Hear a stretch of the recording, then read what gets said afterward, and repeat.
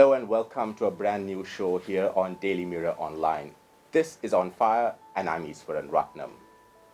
Our guest today is a former parliamentarian, a former chief executive officer of Sri Lanka, and today he's contesting the August 5th parliamentary election from the New Democratic Front. Sajin Vass Gunawardena, welcome to the show. Thank you, Easwaran.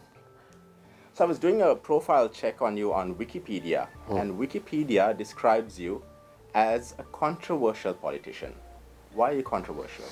Well, that depends on the perspective that you look at it. Well, if you take Wikipedia, Wikipedia is an interactive sort of database, and a lot of people can go and write anything they want. And I have seen what you are referring to, and neither have I gone to correct it because everyone has the right of their own view. And controversy, in the sense, I think controversy can be defined in many ways, and your interpretation of controversy may differ from mine. What is your interpretation of controversy? Well, I think what happened is, when you look at the past, some of the work that I have done and some of the involvements in terms of governance, in terms of that part of governance that I was involved in, and perhaps the effectiveness and perhaps the success that I would have had in those spheres, obviously make people jealous. And obviously, when in politics, it's all about, the game is all about who gets ahead of the other. But what if I say that some people during the Mahinda Rajapaksa regime, when you were in the government at the time, saw you as a quote-unquote thug?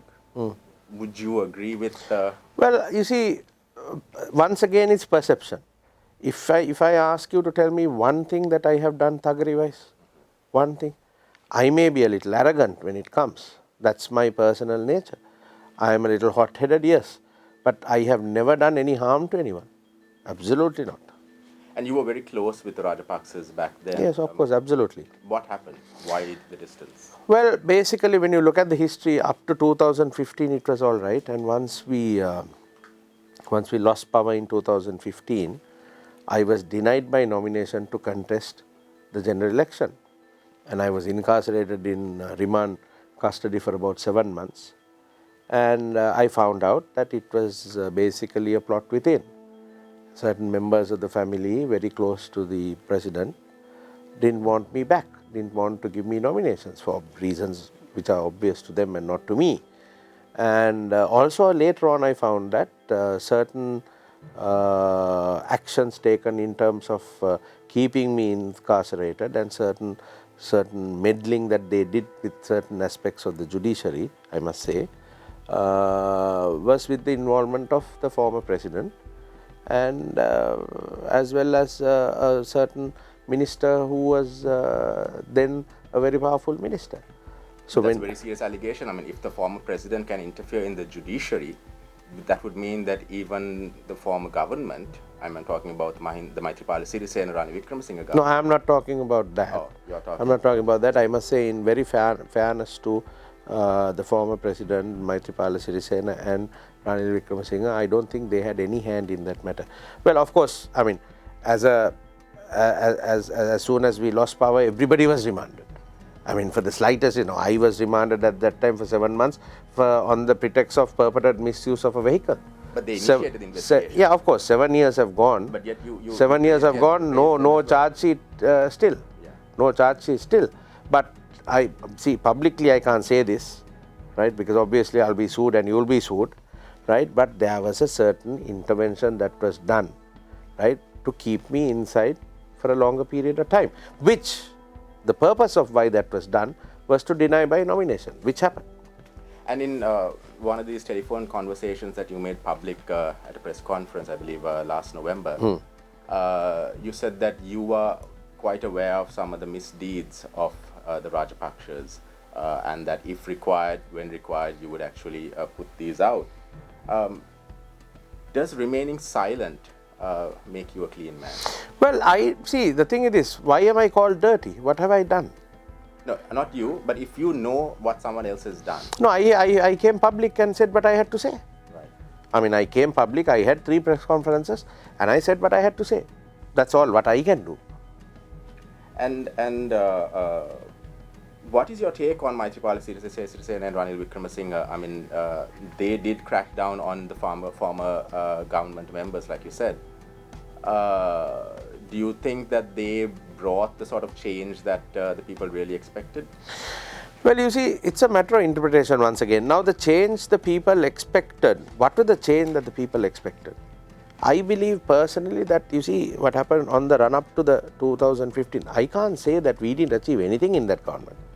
I was a very active part of that government. Most certainly, we won the war. There was massive scale development. All that was there. Infrastructure development, economy was rising. All that is there. But the issue was, I think, the stranglehold and the power base of the family was choking the rest of the country, was choking the rest of the administration. That is where I believe that we went wrong, number one. Number two, in terms of answering your question as to whether Maithripala Sirisena, former president, and Mr. Ranil Wickremesinghe, former prime minister, whether they achieved what they want to achieve, I don't think they achieved what they want to achieve. Because, see, the former president came in to say that the objective he had was to be apolitical, right? But then he went into party politics, and then this vengeance came, right? I mean, surely, I mean, there was that's nothing to hide. There was an aspect of vengeance which they pursued, right? And in that whole thing, I think 3 years were lost, and then the 4th year, 5th year, match is over. So I don't see that. Well, they have achieved in terms of the economy.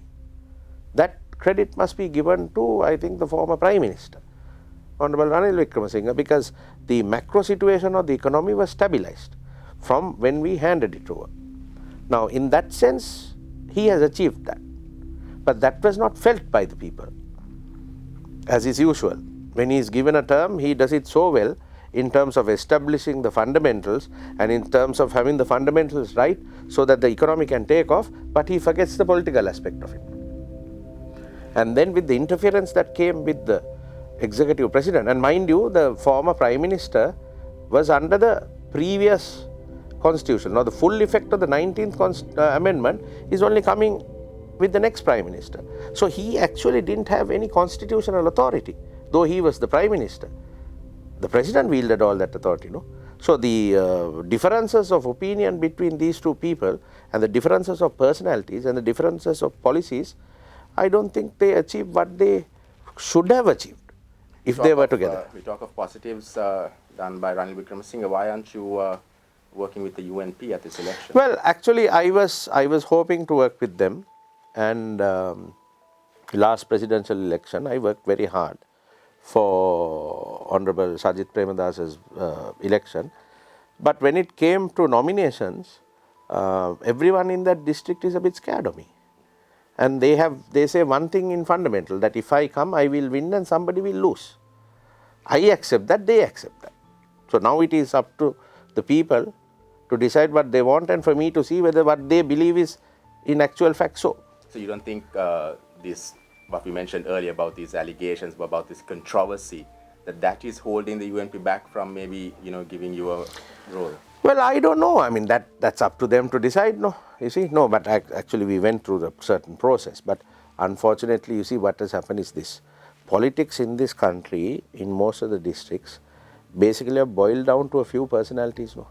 No new people are permitted to come in. Because now, when you look at the UNP situation, it's a precarious situation in terms of what they are faced with. 85 to 90% of your block vote has gone with Sajid. So the remaining number of votes, they will not get more than perhaps, I don't know. I mean, I don't want to say how many seats they're going to get, but it's a very limited number of votes that is available. So therefore, the existing people will have to clamor for that, no? So from their perspective, from Honorable Ranil Wickremesinghe's perspective, I accept that, because as a party leader, he has to first protect the people that he has been with him for a long time. Now, for example, if I contested in the UNP ticket in Galle district, the existing people will not have a chance. Maybe so, right? And one of the most costly decisions made by the former government, Mahinda Rajapaksa's government, was launching Mihin Lanka, despite the fact that there was a need to probably strengthen Sri Lankan Airlines, and you were then the chief executive officer of Mihin. What was the thinking behind that? You see, those were very turbulent days in terms of the relationship between government and Emirates. There were a lot of differences of opinions, and there was no proper communication, and the government could not possibly see to what direction the airline was going to head, and they had so many years ahead of them on the contract as well.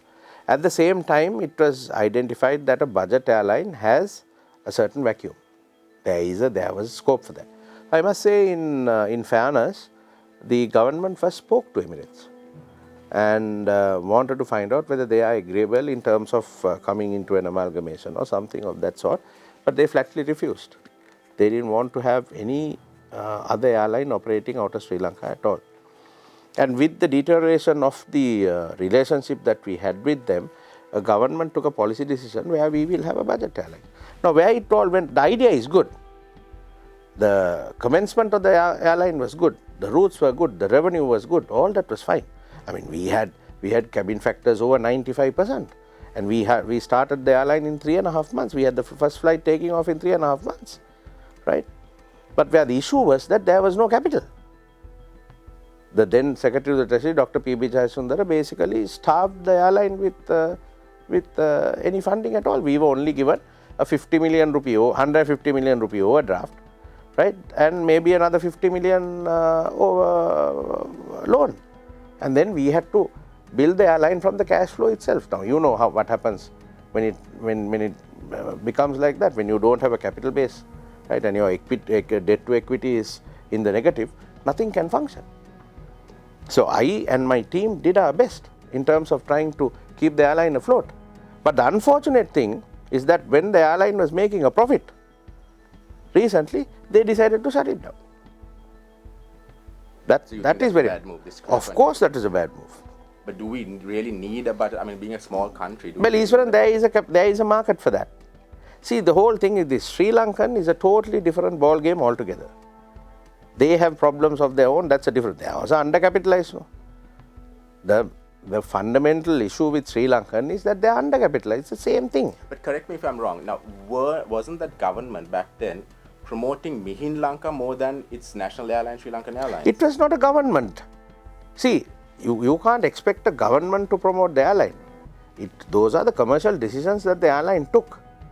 Now, I must say that time my chairman was Mr. Gotabaya Rajapaksa, right? He was the chairman of Mihin Lanka. So we had a lot of support, yes. I had a good board, and then we had Lalit Veeratunga, then we had the Air Force Commander, right? So we had a very good board. But we took independent commercial decisions to propagate the airline, as well as Emirates doing for Sri Lanka, you know. So there is nothing wrong in that.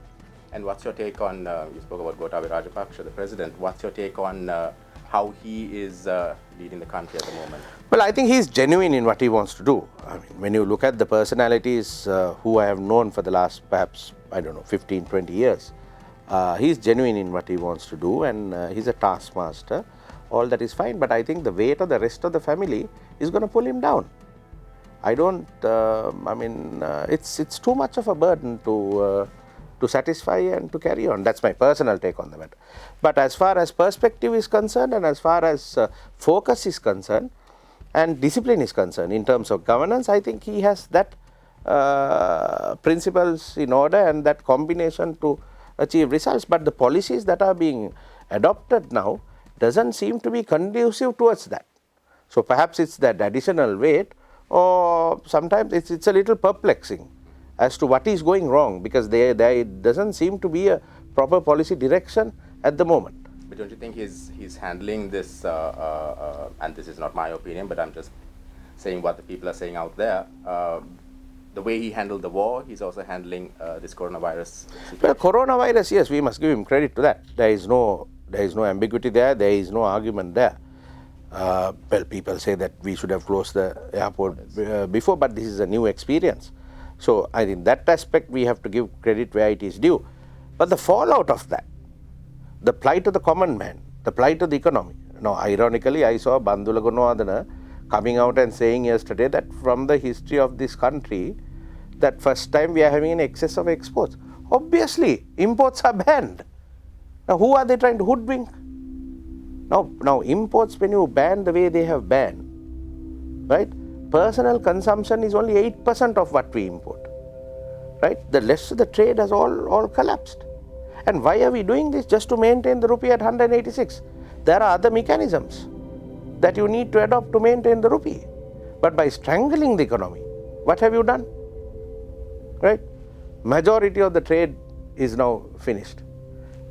Economic cycle is non-existent. Daily income of the people are non-existent. Right? So where is this country going to head now? And the highest taxation now comes from the plate of rice that we have. Rice, dal, flour, sugar. Never in the history of this country has any government taxed the plate of rice to this extent. So is this what the 69 lakhs voted for? I wonder. I don't know. You better tell me, because you're more closer as a journalist than we are. Let's talk about Sri Lanka's foreign policy. Back then, you were a monitoring MP in the foreign ministry. Do you think Sri Lanka adopted the correct policy when Mahinda Rajapaksa was president? See, the thing is this, from the perspective what I was doing at that time, yes, we did. Because we had a lot of issues in terms of the human rights issues that we had. Now, whether the situation warrants what we did or not is a matter of interpretation once again, right? But we had a situation. Right? We had a goal to achieve, and I think we fairly did that, right? When, of course, even during that time, I used to argue saying that we must adopt a more conducive sort of attitude in terms of dealing with these issues. But there were times when certain countries were being very unfair on us also. I mean, now this aspect of zero casualties, I don't accept that stand. Obviously, collateral damage is there, and now if you take the Paranagama Commission, Paranagama Commission has given evidence of 22,000 disappearances into 3-4 categories. One category they say the army came and took, another category they say LTT came and took, another category they say they don't know who, but somebody came and took. But either way, there is camera evidence when they went from village to village that 22,000 people have disappeared. Now, this is something that we have to face. Now, this whole problem when it comes to human rights is that we are not willing to face this and put this behind us. So you're saying the confrontational approach that was taken back then was a mistake? Well, I believe so, but what happened was this was being used as a tool to politically control us, no? Geographically control us. So there was an issue there. And also at that time, another issue that I saw is that the defense policy tend to dictate the foreign policy. You see, we should have had a clear guideline as to a different, especially after the war. But so we couldn't accept the fact that yes, this is what we have to do. We went on a defensive. And at the end of the day, what happened? We fought with India, we fought with the US, we fought with the UK, we fought with the EU, right? So basically the rest of the world was against us. And it was only the African countries, right, that were basically, and China, of course, I forgot China, but they have their own interest in that sense. Singapore, same. They will never allow any country to meddle into their internal affairs in terms of human rights. I think as a sovereign nation, we have the same right. But what we did not do is engage in a process. If we had a proper process and had a closure on all these things, which is quite plausible and possible, in fairness, then we wouldn't be facing these issues even now. So even now, this government is seemingly taking a pro-China stand and confronting the US and India. Is that the right way to go? Well, I don't think it's a pro-China stand as such. It is more of a domestic principle and a policy. See, it's politics, Easwaran. Elections. So you have to have a tool in your hand.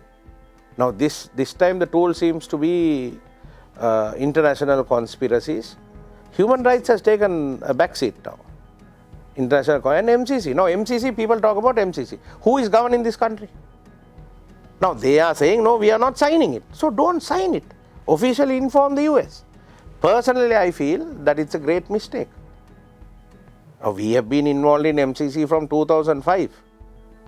My friend Ajit Nivat Cabral is the one who was handling it from the central bank. If there are certain elements of the MCC that is detrimental to this country, expose it. Please give this agreement that they are going to sign to the public. Of course, there is no parliament to present it now. Right? Give it to us. Make it public. And as a candidate at the upcoming election, what are you offering the people? See, we are offering a change. What has happened, especially if I may talk about the Galle district, what has happened is that the government is not having the popularity that they did when they got the 6.9 million votes. For obvious reasons, people have barely food on the table today. They have no daily incomes, they have no jobs, there is no solution coming from the government. Central Bank is looking at a macro situation. Fiscal policy is not properly being determined. Monetary policy changes on a weekly basis. So there is no, we don't see a stability in the country, and as a result the trickle down effect on the people are disastrous. So there is this aspect of people who are very silent today. Then we have the UNP who is split. We have Sajid Premadasa's faction, Ranil Wickremesinghe's faction. So people are confused and they are looking for new leadership. They are looking for somebody, they want to look up to somebody, and the existing system has collapsed. So therefore, that is why we are offering the third option.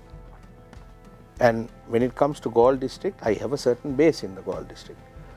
So, but of course I must say, my politics in the Galle district is on behalf of the people, and what they say I will do. But surely, even if you get elected, you alone will not be able to bring about that change without associating with definitely I will help. I will help Honorable Sajid Premadasa in Parliament to establish a government and to put some sort of order into this country, definitely. And I must say that the Prime Minister who is going to give votes on the 6th or 7th or whatever date of August will be the Executive Prime Minister as per the 19th Amendment, and the President's executive authority ceases from that day onwards. Where do you see Sri Lanka heading in the next few years? Well, that's a huge question to ask. Well, as it is now, I don't see it heading anywhere. Economy is in shambles. Politically, we are in shambles. Socially, we are in shambles. There is division everywhere. So I think there should be some new blood, new thinking, new policies, and some genuine people who will come and work. I have a personal view. I will say this. I'm generally a chap who is not scared of anything, no. Apart from certain personalities, I must exclude certain personalities, which I don't want to say names. The front rows in the parliament on both sides must retire. The day that happens, this country will change, Easwaran. Definitely. And with that, we end our show. Thank you for joining us. Till next time, have a good day. Thank you.